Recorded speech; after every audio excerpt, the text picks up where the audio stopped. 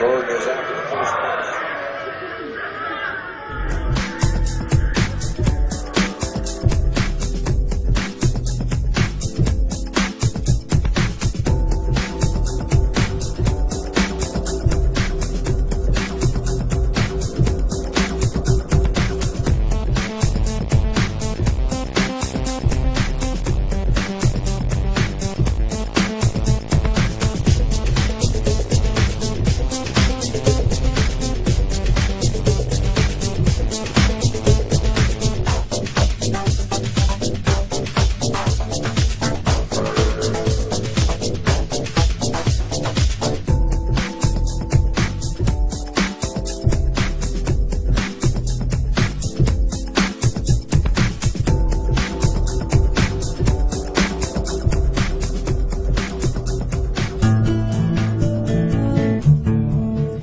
Maybe your first experience of putting money in the bank wasn't quite as heartwarming as this, but odds are, years later, you still refer to the balance showing on your bank account as being your money in the bank. But it isn't. If we have a deposit box at the bank, the valuables we put in it are still ours. We're just renting secure space to store them. In common usage, the word deposit means to set something down. But the use of the word deposit to refer to a bank account is misleading. A bank deposit is in reality a loan. What the amount in our bank account really indicates is how much money the bank owes us. It's a record of the bank's promise to pay us money, not the money we deposited itself. The difference is important. The truth is, when we hand the contents of our piggy bank to the bank teller, our money becomes the bank's money to do with as it pleases. All of the money in the bank is the bank's money. None of it is ours. That's why the bank pays us interest. We have loaned the bank our money. This may seem to be a semantic distinction. We know we can go to the bank at any time and take our money out in cash if we want to. But the distinction is not semantic, nor is it trivial. The distinction is crucial. What happens in banking affects everyone, and yet few of us know anything at all about how banking really works. The entire world economy now runs on a system of credit provided by banks, and when that credit system breaks down, everyone suffers.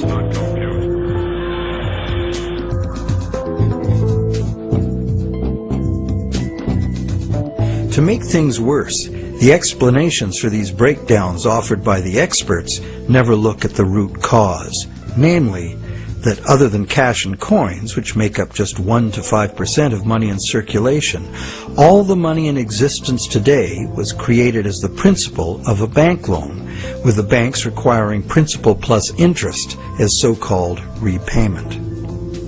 Not only does this make the existence of money entirely dependent on the existence of bank credit, it makes the system as a whole bankrupt by design, as total debits, principal plus interest, exceed total assets from the moment the first loan document is signed. As the global banking system staggers towards worldwide collapse, more and more people are realizing they can no longer ignore the realities behind banking as it is practiced today. Many have lost their homes and jobs due entirely to the unsustainable practices of moneylenders. It's time people understood money and the pressing need to fundamentally change the way it works.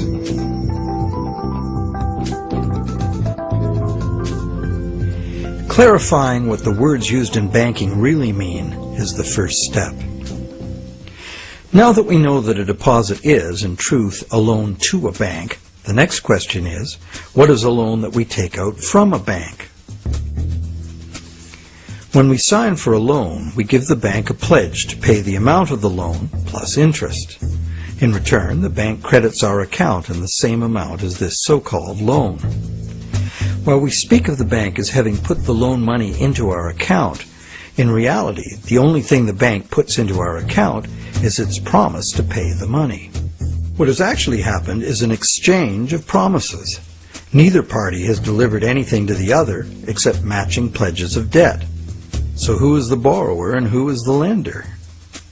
The terms loan, lender, and borrower are all misleading. The truth is that the two parties have traded promises to pay and in the process created something called bank credit or checkbook money that can be legally spent as money. Bank credit can be spent because we, in our innocence, notice that each time we deposit into our account, it increases our balance by the same amount. In fact, unless we put something in, our account will be empty. Thus, it's a natural assumption that money in an account is money someone put in. The account is a promise to pay, not the money itself. In fact, a promise always indicates the absence of the item promised. Otherwise, why does it need to be promised?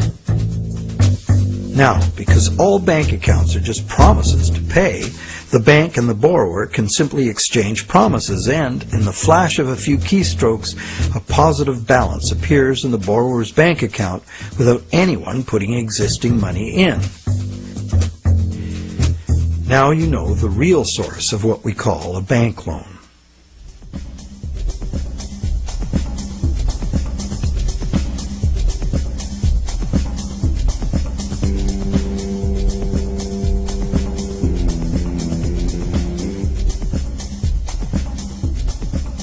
How different would it be if two parties just got together in a basement with a printing press and created new money that way?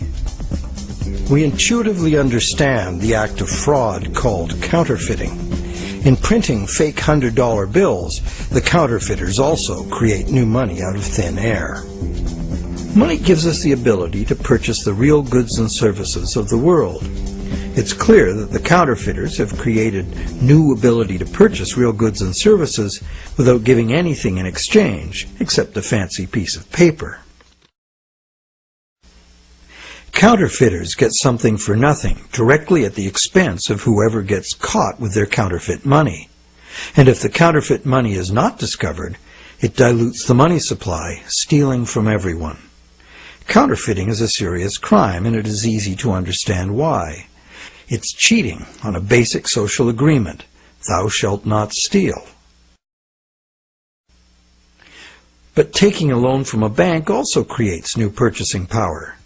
However, instead of being considered a form of theft, it is the very basis of our monetary system.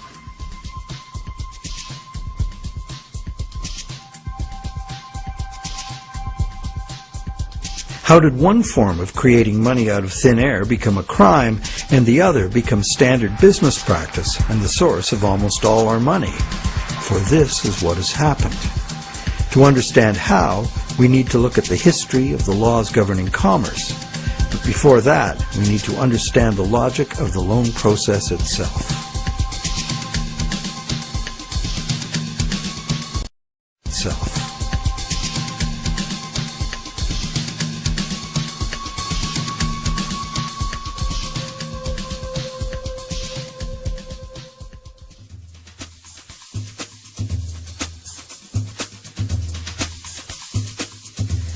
The borrower wants to purchase an item, but doesn't have the funds to do so at the present time.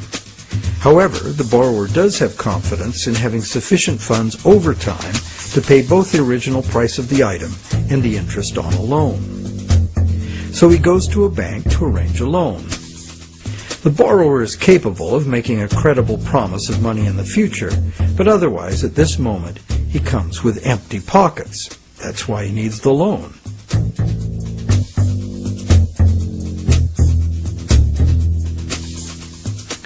We're probably all familiar with what happens next. The bank gets the borrower to sign an agreement in which the